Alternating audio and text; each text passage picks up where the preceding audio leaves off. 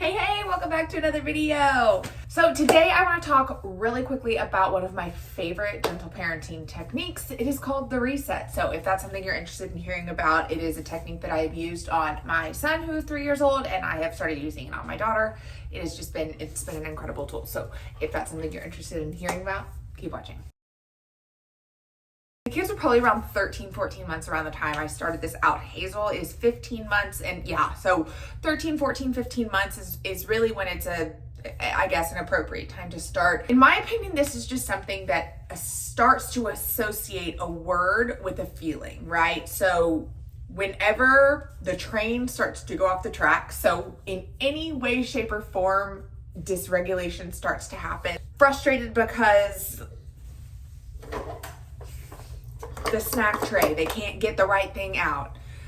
Frustrated because they're tired and they're having a hard time communicating it to you. Hurt because they fell down. Whatever it may be, we need to have a reset. That is just a way of explaining to your child that they need to get that train back on the tracks, but that it's okay that it fell off, right? We're not trying to encourage them to suppress any feelings. We're trying to help them work through those feelings in order to regulate themselves. So the first thing that we did was we started with a tactic called the reset chair. And this was, we got, it was like a nugget dupe chair. We got it from Sam's Club for like $40. We threw it in the living room, and that was the reset chair. It is not a timeout. It is almost like a home base. So like anytime my toddler started to get overwhelmed or dysregulated in any way, shape, or form, we would say, hey, we need to have a reset. And at first he did not understand what that meant, but we'd say, hey Sam, I need you to go have a reset. He's obviously not going to do it his first time because he doesn't know what that means, but we would give him the opportunity. Then we would say again, hey, it's time for a reset, because you only give them one opportunity to ignore you. Another day, another time when I talk about that. But then we would go up to him and like physically take him through the dysregulation to that space. And that was the space where we had him learn to regulate. We taught him all of the different tactics, all the different techniques, deep breaths, counting to 10, jumping up and down, doing splats, whatever it was in that chair. And if he couldn't do it in that chair, we would take it to his room. So we're firm believers that our kids' bedrooms are their safe space. They call the shots, like within reason, in their rooms. If they need the space, all right, we will leave. If they want the door closed, you got it, okay? I mean, safety first, obviously, and, age appropriate privacy, but your room is your safe space. And we are really, really firm about that. So we don't want their rooms to feel like a place they're being sent to or being punished in. But if there are too many stimulants out here in the living room where the reset chair is, then we will go to the bedroom, we will sit down, we will reset in there, we will snuggle, we will read a book, we will do whatever it is, and we will reset our bodies. And in public, this works really well. We started implementing it.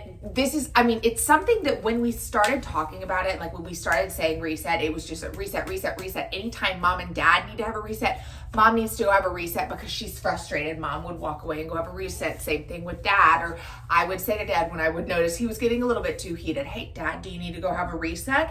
And then in those moments, he and I can look at each other and say, no, I'm good. We model the behaviors that we have shown our toddler, those deep breaths, those calming moments, those things, to encourage that behavior, to be reciprocated. Obviously, these are not things that are going to happen overnight. And obviously, expecting a 3-year-old to, in the middle of a dysregulated moment, is absolutely unrealistic. But as they grow, they will, hey guys, dogs and cats. But as they grow, they'll see that there are different tools they can use. They will see that they're allowed to be frustrated, and that even though they are frustrated, they can work through it, and that it is possible, and that the grown-ups in their life can do it too. It's little things like this that make gentle parenting worth it, right? It's people say, oh, that's not gentle parenting, but it is, right? I'm acknowledging my children's feelings the entire way through it. I'm going to help them recognize what every feeling is. You are hurt. I understand this is a big hurt. We're bleeding. Give it a big cry. This is a big hurt. Or, I know, it's probably just a little hurt, but you might be pretty scared, right? Are you a little upset there? help them understand the level of upset that they have, because they don't have the best gauge on it. Their worlds are really little, so their feelings are really, really big, right? We're not trying to have them suppress the feelings. We want them to work through them, and we want to show them as many tools as we can to help them do that. It's all about self-soothing. People talk about sleep training all the time. This is awake training, okay? It's awake training. That's what we're going to call it now. Instead of gentle parenting, we're just going to call it awake training.